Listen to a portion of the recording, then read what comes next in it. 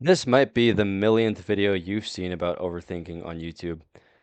But what I want to say here is that you shouldn't just not overthink, but you should also just think less in general. And so the best way I can think of explaining this is with an example, right? I could get into research in science and philosophy, religion, but I think I can tell a greater story with an example. So one of the biggest struggles people experience when first entering college is, how do I make friends? I used to worry about the same thing and be concerned with it and care about it and think about it all the time. But really, what does thinking about it actually do? Can you think your way into friendships? No, not really. The most you can do is think about what you like and then go do those things. And then maybe you'll meet friends that way. If there's a club or social group for something, for example, that you like or something that you believe in, then go to it.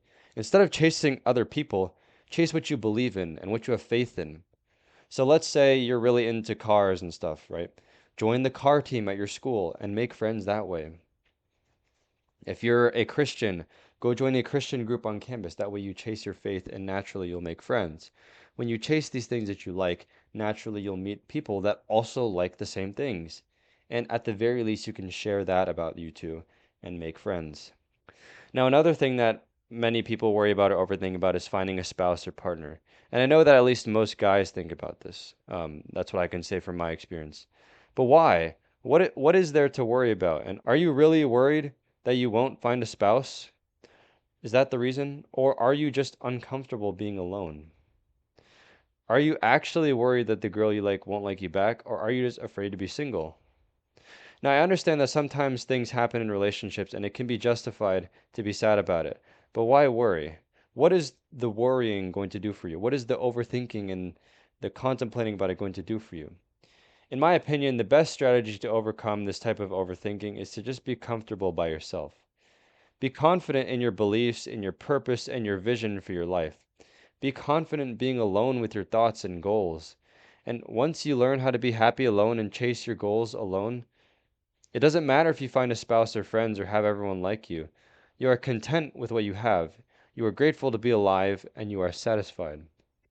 Now, I'm not saying having friends is bad. Obviously, friends is a beautiful thing. And I'll get more into that later about how you can balance these two mindsets. But from these first two examples, that of making friends and finding a spouse, I hope it's been clear that overthinking is not the solution. And I hope it's clear that our worries are usually misguided.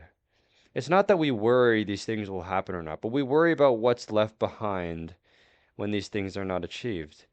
We're not worried about making friends. We're worried that we'd be left all alone. And it's not quite the same thing.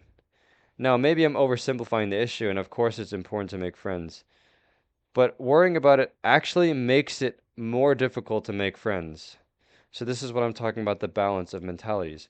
Adopting the mentality that it doesn't matter if I make friends or not is exactly what led me to make friends. And I'll tell you exactly how that happened. So as I said earlier, I used to be insecure about not having friends in college. But in reality, I was afraid to be alone. I wasn't comfortable being alone. I was insecure because I thought I needed to have friends to achieve what I wanted in life.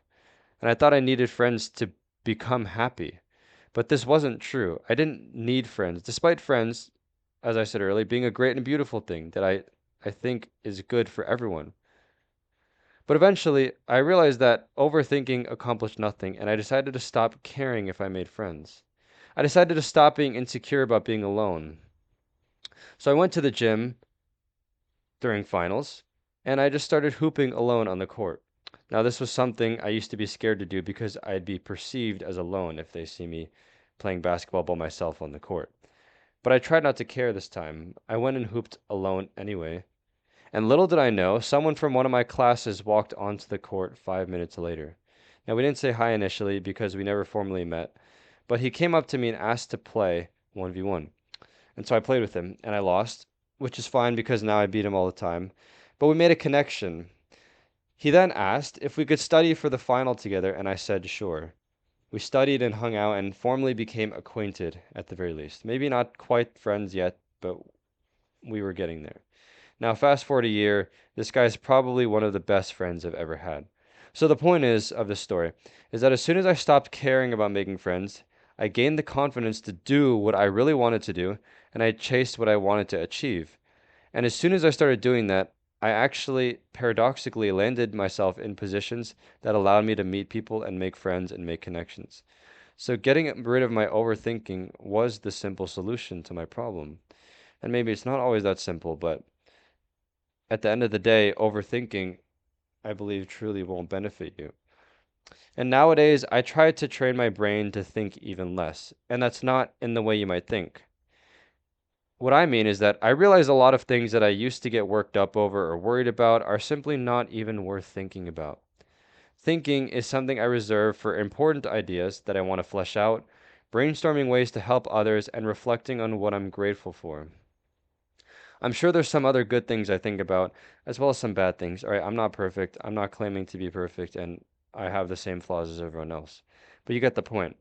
Don't waste your thoughts on things that are just hurting you or things that don't matter. Don't even think about them at all. Just brush it off, maintain your inner peace, and move on. Life is too short to be worrying about everything. Even if something serious is stressing you or worrying you, practice being okay with any of the potential outcomes. Practice maintaining your peace despite adversity. Practice an inner silence that is not disturbed even by the most troubling events. This will not only improve your well being, but also better equip you to handle adversity and challenges. Save your thoughts for good and let yourself think about how to do good things to other people. As always, stay mindful.